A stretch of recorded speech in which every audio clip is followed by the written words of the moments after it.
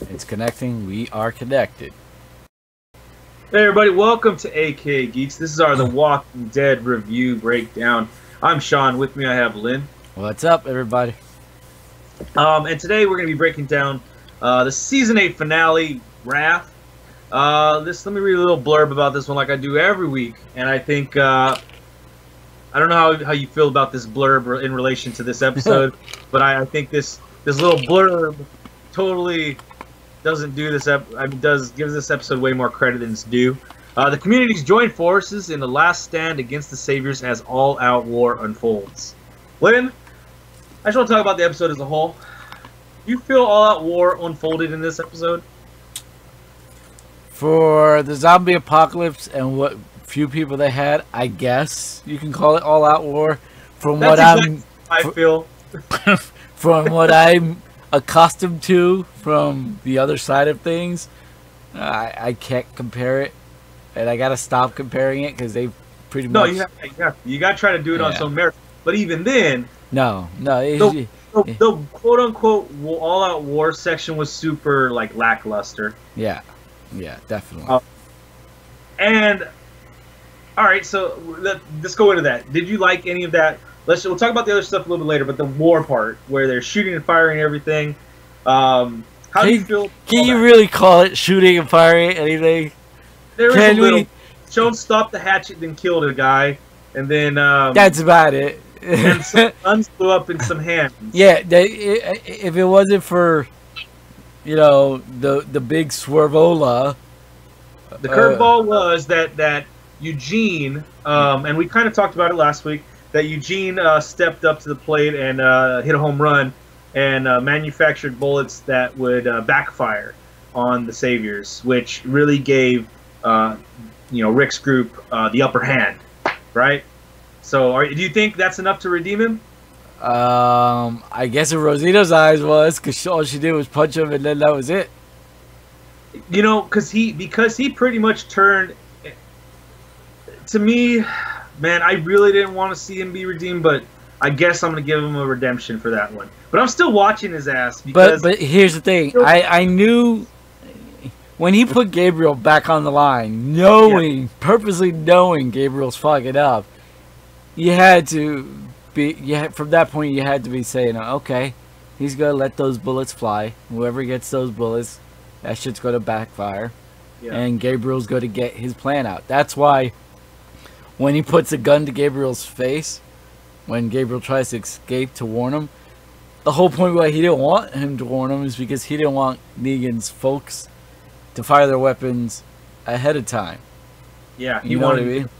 Yeah. Yeah, so I understood that when I'm like, okay, I can see that. Is it full-blown redemption in my eyes? No, because that just means he's doing stuff for himself to keep himself breathing. It's almost like he's willing to sell you out still. Yeah. In the short term for his long term. And it just happened to be that he decided to side with his longtime people because of what Rosita said to him, like your actual friends, you backstabbed us. Yeah. The rest of the fight, here's what, like, leading up into this fight, Rick and them figured out that Negan was trying to trick them, but then they still got ambushed. So it was like, really, like, they were trying really hard for that whole part. Well, yeah. What's funny is, like, okay, the first map is a trap. And then Negan put in the second trap with the group of, I guess, Simon's guys. I'm going to think they're Simon's guys because you had the one guy with blue hair. He said they came up with Simon, so they're probably jacked up and like really ready to kill kids. Well, not only that, there was a guy with blue hair that looked like paint. So it looked like he was one of the guys from the who killed the Junkers. Or something, right? Yeah, so he looked like that paint, that was just paint thrown on top of his head. It wasn't a dye job. So, and remember the blue paint that Simon stepped on? Right there. Before we go any further, when he gives them the map, the guy with the blue hair. Yeah. And they're in the warehouse. What the hell are all those people doing? They're literally just walking back and forth like this. Like it was like all walking around Dwight. Yeah. Like not doing anything, like not getting anything done. Like they were walking in formation. There was a guy, if you noticed in the background, he walks around a pole and then turns back around. and I was like, what the hell are they doing? I'm just a body. That's all I am. Yeah, I was like, this is like the worst. I'm sorry, but that was like really bad. Like I was like, what the heck is this guy? What are these people doing? That guy walked past the pole like twice now. What the heck's going on? Yeah, I mean, it needs to be busy. Yeah, they're prepping for war. That's what they wanted to make it look like. They're prepping for war. Yeah. But they made the mistake of having a couple of those extras loop around twice, doing nothing, just carrying their gun or just like walking with their hand on their strap, you know. Yeah. And I was like, this is not cool. Like this is really bad. Really bad. Like they should have noticed this. This is like, I don't know. It's just bad. It's just bad. Okay. Back in the war part.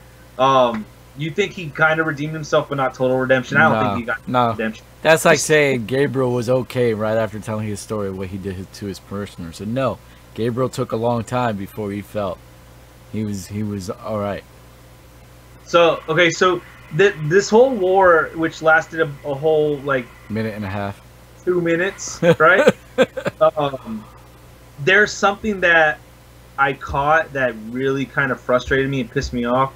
That makes me think that they were cutting this episode short just for like because they needed to fit it into an hour. There was right after it started, Rick has his freaking assault rifle, right? And the next thing you know, his left arm is injured and he's chasing after Negan. Like nowhere in there does he see. They show Rick one get hit or shot or punched or whatever. Dude, they never show him loses the rifle, and they never show him spot Negan to chase him down. Yeah, because the only time that I thought that Rick was in any type of injury / was when the two of them were roughhousing, when they were fighting. That's it. That's the only, and he was already hurt beforehand. His arm was like he was holding it near his chest and was like yeah. holding it like he's like gimped, like he was a gimpy arm or something, right? Yeah. Like what the heck? What did they cut out? Did they just cut out 5 minutes of like fighting, and just for us to fit it in an hour? Like I was really disappointed. I'll let you know when the Blu-ray set comes out. Well, I'm gonna order it too, but I'm just saying like that really disappointed me. The fact that like it seems like they probably cut out a portion of that whole all-out war. Yeah. And that really disappoints me because the war section of this episode, it was literally just a few minutes. Well, like I said, a lot of this stuff that was in this could have been tied up episodes ago. You know what they could have done is done the war last week's episode, and then had all the after stuff be this week's episode, leading into the future or whatever. They could have done it differently and focused on actually. No, they could have just if they would have closed out. Remember, for the last 3 weeks, I was complaining that they left a lot of stuff hanging. Yeah. All the stuff that they left hanging, they should have finished it right in the episode they started in. They would have had more room for stuff, and even if the war would have been 2 straight episodes, or at least half of one leading into a full hour of the next episode, then we would have gotten everything from this, and now feel like we're missing something because of the fight that led on for Negan and Rick. That's supposed to be this big, and that to me was so anticlimactic. It was not as strong. I mean, granted, when Rick sliced the throat, I was like, oh, they went there. I didn't think he was going to do that. I thought that was killing him. Well, no, I knew that it was just like in the book, but the only difference is it was a piece of glass instead of a knife that Rick used. So I'm like, did you ever watch the show Falling Skies? Nope. Okay, the last episode is kind of like this in this season. The series finale was just the most super anticlimactic, doesn't fit the theme of the rest of the series at all kind of episode, and that's how I felt like with this one with the war. I was like, this just doesn't fit. It was like it doesn't fit at all. Well, the reason why I say that is you start off. Remember how hyped I was when they finally got at each other in that basement, and Rick's holding Lucille on, ablazed, and that fight was more intense than this one. This one was so lackluster. Heck, even the one in the house in Alexandria was better. No, but this one specifically. Yeah, this one was the basement one was like what you expect the war battle to be, and that was thrown in and then tossed out because of course he was taken out, and then Jadis. They're trying to shoehorn all these other stories in. Yeah, which. So we both are kind of on the same page. Like very anticlimactic battle. Didn't carry the same weight that we wanted it to. Yeah. They followed the comic in the sense that They kept Negan alive to show that we can be better than what we are. And that leads us to another thing, of course, right when he decides to say save him. Maggie's over there and she's breaking down. No, it can't be over until you... Got himself caught. Everything that I told her that could happen ended up happening.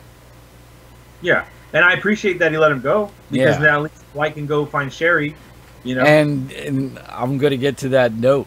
Because that note was... We'll talk about it right now. Talk about it right now. We'll jump to stuff later. So, obviously Sherry's alive.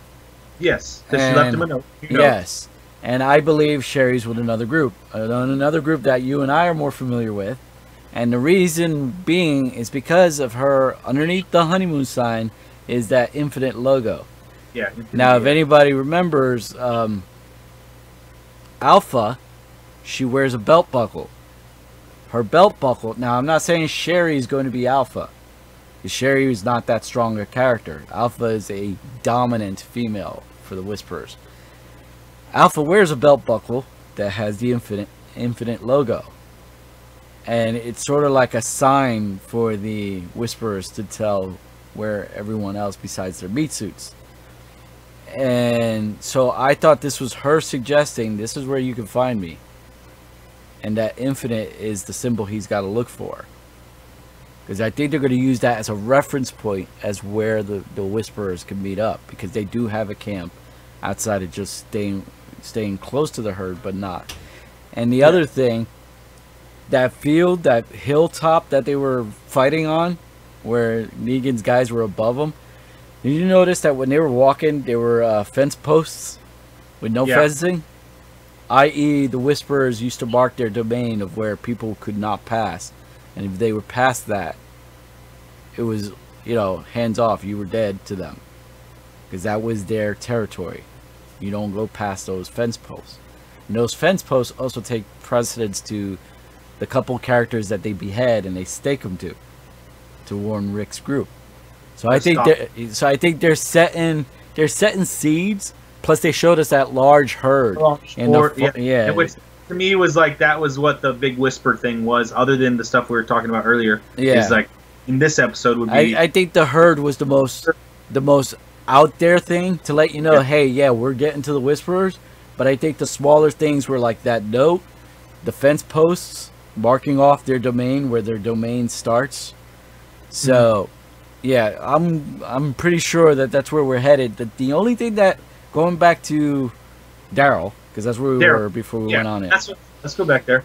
Okay, he is conflicted. I don't get why he's gonna. The little conversation that him and Jesus and I don't understand the three of them right there. I don't understand it either, dude. It seems like they're doing it just for doing its sake. Yeah, I think they're just making them doing it just to do it, just to have that conflict, inner turmoil.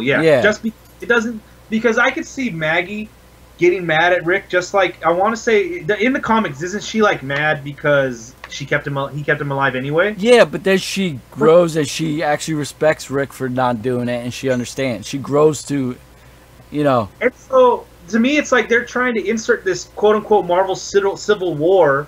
Like, what, now Daryl, Jesus, and Maggie are going to go fight Rick? Well, what gets me is, with Jesus sitting there, is that Jesus... He's like grinning, he's like, yeah. Well, no, but the thing is, he just told Morgan, hey, you don't round side, people side, pointy side, dead side. Now he's like all gung-ho to be on Maggie's side. I know he's not one of those. He's the most level-headed person. Supposed to be. No, out of everybody there, he's the most level-headed. Outside of Carl, who died. Yeah, he's supposed to be, yeah. And he's going to be like, yeah, sure, okay. Unless... Smiling. So, no, but here's another thing. Is that Jesus... I don't know if you've gotten to this point. Jesus, further along, plays as a spy for Rick in a lot of mission type things. Okay, I haven't gotten that far because I'm only at where. Well, he's used to get information. Where we left off last year with your issues. Right. Like 140 something, I think. Okay. Well, you'll be caught up when we meet at E3 because I'll have the other ones. Thing is, I don't get this interview. Okay, this conversation with them, I get it. Okay, so maybe they make it seem like they're willing to go to war with Rick because Rick decided to keep Negan alive. The thing is, and it might not even be a war thing. I think she's going to hold secrets from Rick. Like, you know, she did tell him about the meeting with Georgie. No, as far as we know. Yeah, as far as we know. So all that technology that Georgie gave her, the book and all that, Rick knows nothing about. Yeah.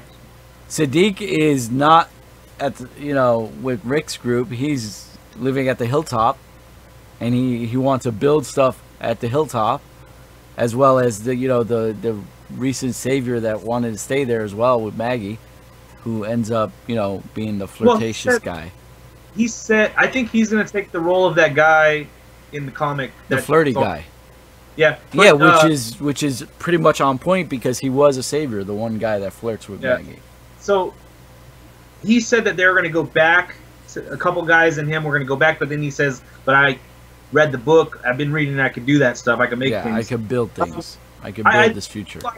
I kind of like his character. I want to see where they go with his character.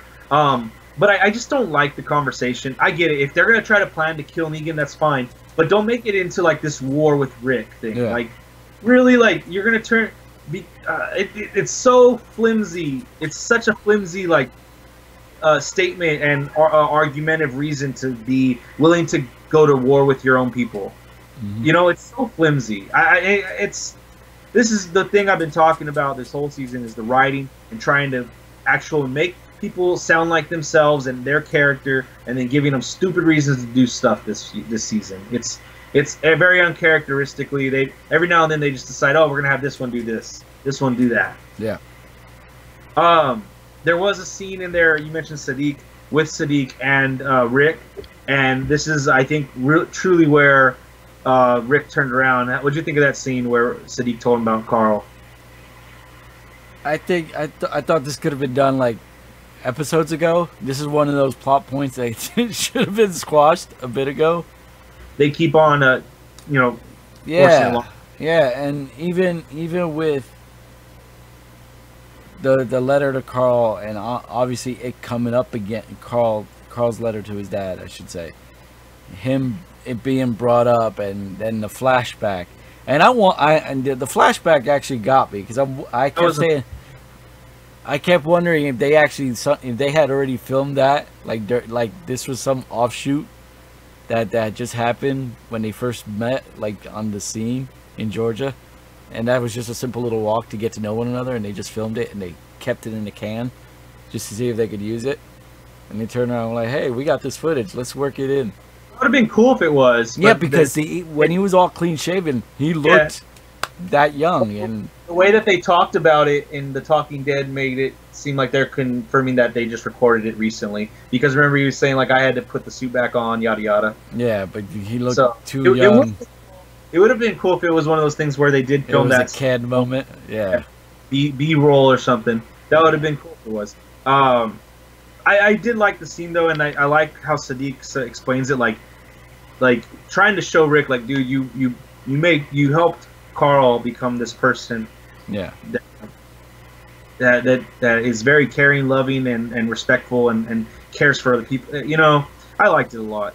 The thing that stuck out for me the most in this whole episode was the war stuff. That was like, what the heck even have it for? The rest of the stuff around the war stuff, I was like, okay, that's all cool. That's cool. That's cool. I don't like this conversation, but you know, what'd you think about the whole thing with Michonne, Rick, and Negan at the end? Michonne put her fingers to his throat is hysterical. Yeah. And then Sadiq's like, Michonne, because he doesn't know her. He could think, she'll go full out psycho on him. So he doesn't really know her well. And then Rick's just like, oh, we could just open his stitches for a bit. No big deal. Well, it's like, you have a cell now for him. Remember when Morgan, was it Morgan built it for Carol, or Carol built it for Morgan under the house in Alexandria? It was, I think it was. Was Carol. It Morgan built it for Carol, or Carol built it for Morgan?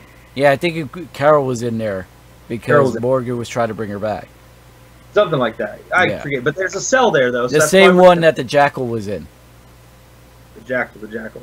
Yeah. So, yeah. So, I'm not surprised by this. I knew they were going to use that because you and I knew they were going to have him locked up. Yeah. So it just depending if they would use the same house. That house, I'm surprised, was still standing. Considering that. I hope that they do separate and go back to Kingdom, Alexandria, Hilltop, Sanctuary. Well, they need to because that's the whole trade route that takes precedence and why they go to certain areas But also it keeps it separate and you can do more with that, you know? Yeah.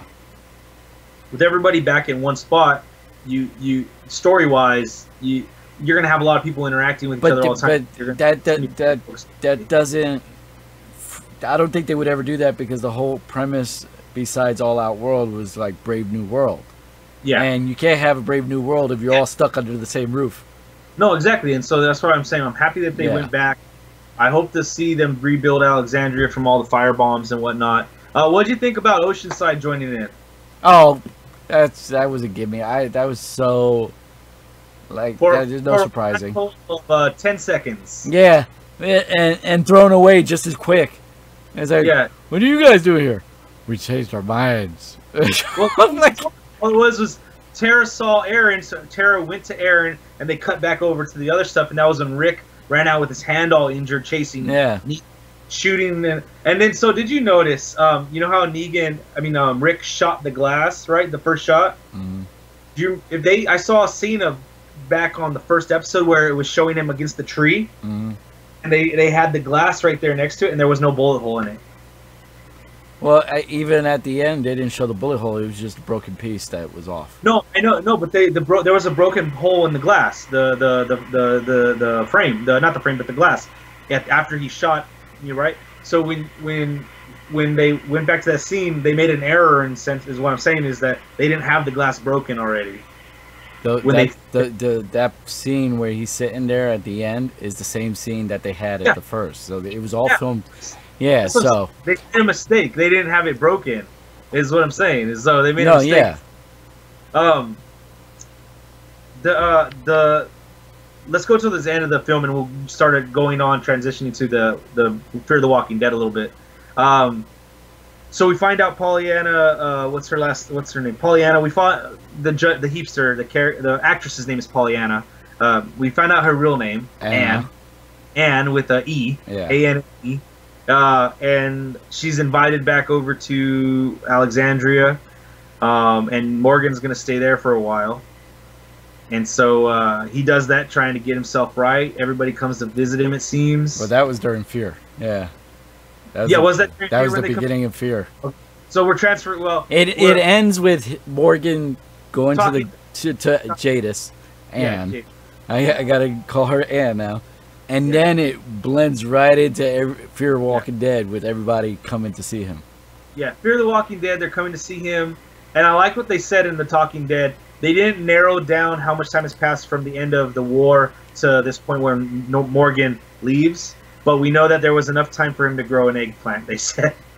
Because he cooked some eggplant. So we're assuming that a month maybe? Yeah, but what was the deal with everybody bothering him? They're like those stupid, telemarketers who were calling every time at dinner. And everybody was coming. The poor guy was trying to eat. Nobody left him alone when they were trying to eat. They just want to make sure he knows that they care and they love him. They want him to come back. Yeah, so they figured, I'll just stop by at your dinner time every night and bug the shit out of you because that's going to make you happy as hell. I want you to come back with me. So Morgan's still going crazy. You know why he's mad? It's because exactly that. They couldn't let him eat. They wouldn't let him eat.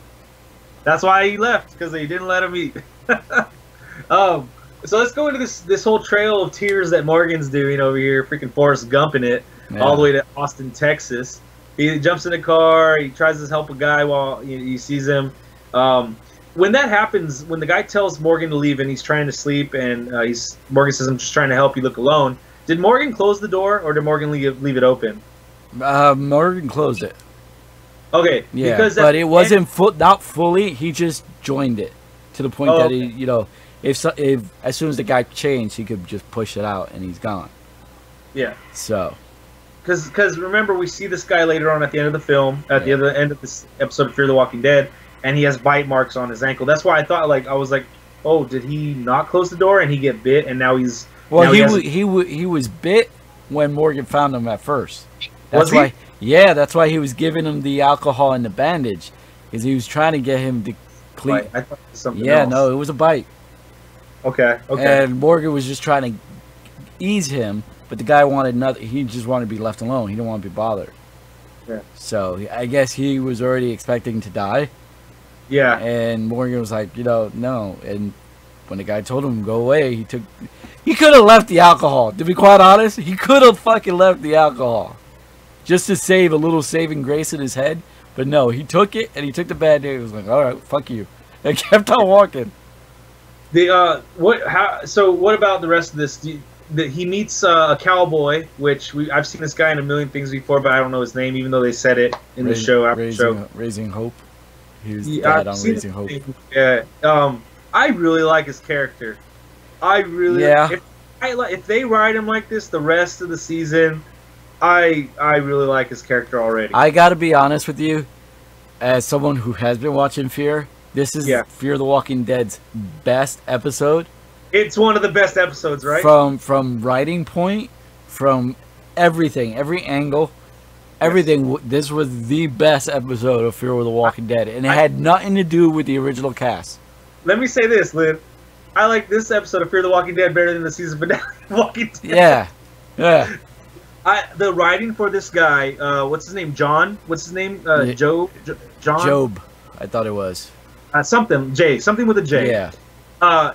His character written well. I loved how they frame his personality and talks about his wife or the woman Laura, right, that he's looking for with the other gun to match his. Yeah. And Althea, the journalist, like she's her own character. She's like a definite character, and I'm like, why hasn't the writing for The Walking Dead been like this all freaking season? Or why has the writing for Fear the Walking Dead been like this? It's so crappy and this one's so good. Yeah, because what was so refreshing about this episode in comparison to all, because we're monotonous with this one family that was essential for Fear, and here we have these three complete strangers teaming up against this group of nut jobs.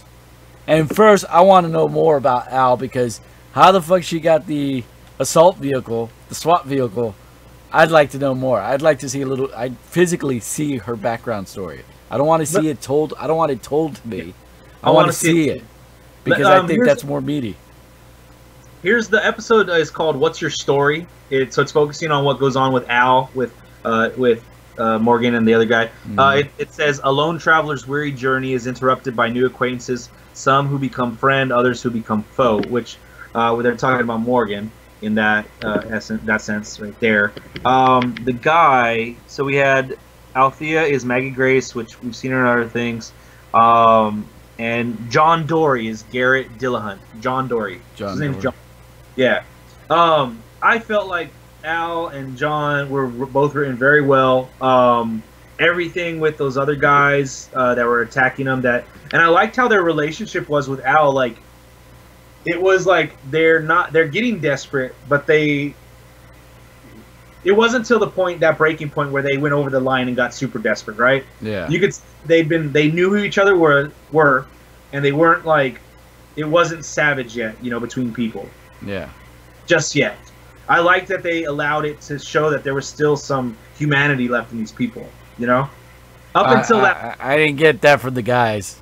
No, up until that point when they started doing this thing where they're trying to trick people into thinking someone needs help or whatever with the tent and whatnot. Yeah. And that's when it was like, all right, now they're going over. But you could tell that there's been a past relationship with Al. Maybe Al's interviewed them at one point or something. Yeah.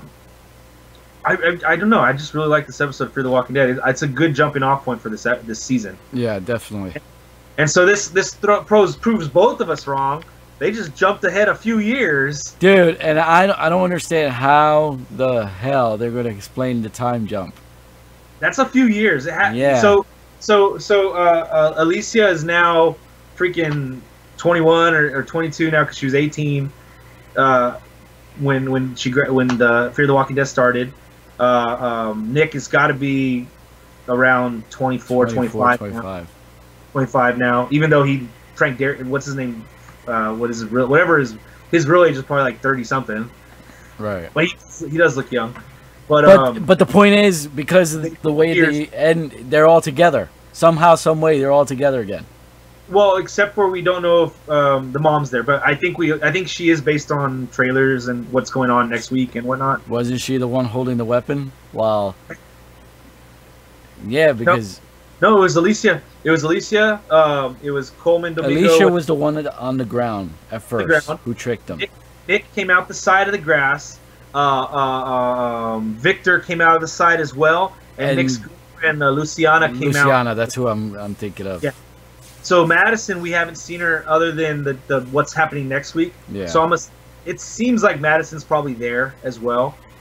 But I like these new characters getting pushed into the. But Madison, what's funny is Madison left off last season with Victor. Victor was still around her. He was in the boat. Well, no, Nick was in the boat. Remember? Because Nick went off to find his sister. Nick was keeping a close eye, and he figured he'd stay. He went tailing her while she was with her female buddy. You know, that's how the end of that season ended. She was off on her own with her buddy, and then he was like trailing far behind, but keeping a close eye. Yeah. So okay. She wasn't alone. Alicia. Okay. Yeah. Okay. I thought you were talking about Madison. I was like, no, Madison and Victor were. Madison ended like in the coming up washing ashore. Yeah. The dam broke. Yeah. With Victor. Yeah.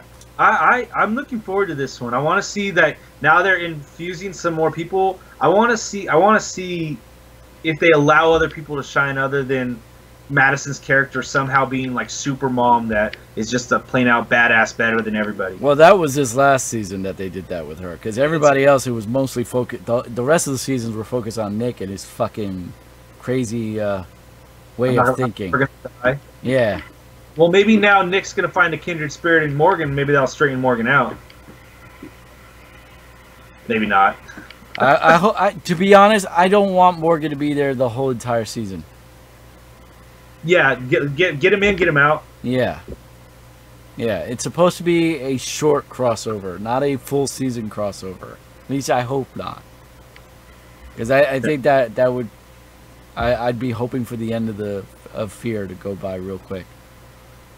So overall, let's jump into The Walking Dead. The Walking Dead episode. Did you like it? Did it fulfill your fulfill your expectations for what we wanted from this final episode? No? Not by a long shot. Not by a long shot. I am right there with you. I feel like... but for me, this has been building up for episodes prior, so... They could have done this whole season differently and done a way better job. I'm hoping that in the future, with The Walking Dead, they do not string us along like this much with some of these little story arcs. Let some of these little story arcs be a couple episodes, but finish them off. You don't have to finish everything off in the final episode, right? Right. That's exactly what I mean, and that's what this one was, just a cluster. Yeah, it could have been so much cleaner. It could have been better. It could have been more exciting. My excitement for next season is lackluster now. I'm just like, all right, well, let's see. Hopefully they right the ship. Fear the Walking Dead, though, I am excited now for this. Yeah. Usually, previously I was always kind of like, oh, I watch it, but I don't even watch The Talking Dead after Fear the Walking Dead. Yeah, now I remember, because you kept saying, no, we don't need to do an after show for Fear. I don't want to do an after show for Fear the Walking Dead. I'd rather get back into doing some movie of the weeks now and take a break from that. Yep. But I am more excited about Fear the Walking Dead than I have been in previous seasons. Yeah. Definitely pick it up. Especially if you guys haven't seen it, go check it out. Skip the last episode. It actually on IMDb, the first episode, this opening episode was ranked 8 point it's right now scoring 8.9 out of 10, 778 reviews. So that's actually a pretty decent score. And it looked, I liked it, you liked it. It's a really good episode. Yeah. So any last thoughts about anything, Len? Hey AMC. Hey, every showrunner that's on The Walking Dead, fix your shit. That's all I gotta say. Yeah. I expected so much more. You know, yeah. Do a better job. Give us better content. Do a better job with the writing, please, and give us believable reasons for the characters that fall under what they would actually normally do. Yeah. You know, that aren't so paper thin. The actual give us some contempt, with some of them. And going back to that final episode, I thought it was how badass the saviors were meant to seem, and then suddenly out of nowhere, the moment Negan gets taken out, okay, we're done, it's over. So were they all pussies then? Is that the case then? And they were just scared of Negan? Well, the one woman who spoke for everybody that was out there, she was like, no, I'm done. Take us in. We're done. Yeah. Negan's done. I'm like, weren't you guys like all big and bad, like putting guns to Rick and the other's face, and now because they got the upper hand, you're like, oh no, don't kill me. But I figured this is them showing they were just going with whatever Negan had planned just to keep themselves alive. So yeah, they didn't have a moral compass that was strong enough to keep them from doing that kind of thing. Yeah. So, all right, guys. So that ends this last episode of this season of The Walking Dead Breakdown Review. Join us. What do we got next? October, probably. October probably be The Walking Dead returning. We'll probably jump on that again, and then I think for the summertime we're probably going to jump into some movies of the weeks, and hopefully we can still do some movie of the weeks for the holiday seasons, Halloween, and get back into those as well. Yeah, hopefully Brendan can jump back on with us again, as well as Eddie. Probably do some movie reviews too, because we haven't done one. We did Ready Player One, but outside of that was the first one we've done in what? Black Panther? Black Panther did Ready Player One. But hopefully, for sure, you'll get one for Avengers. Which is Infinity War. Next Thursday. Next week. So that'll be next weekend for sure. Maybe even next Friday after we do the podcast, probably next Friday. Probably. So stay tuned for all of that good stuff. Lynn and I need some partners on Sea of Thieves, so join us on Xbox for Sea of Thieves play. And we'd gladly, if you guys are down, let's do it. Let's go. Yes. Raid some ships. Let's go get some booty. I need to fly my pirate flag. Yeah. So thank you for joining us, you guys. We got the podcast on Thursday. Tune in for that. I'm sorry. Is it Thursday this week?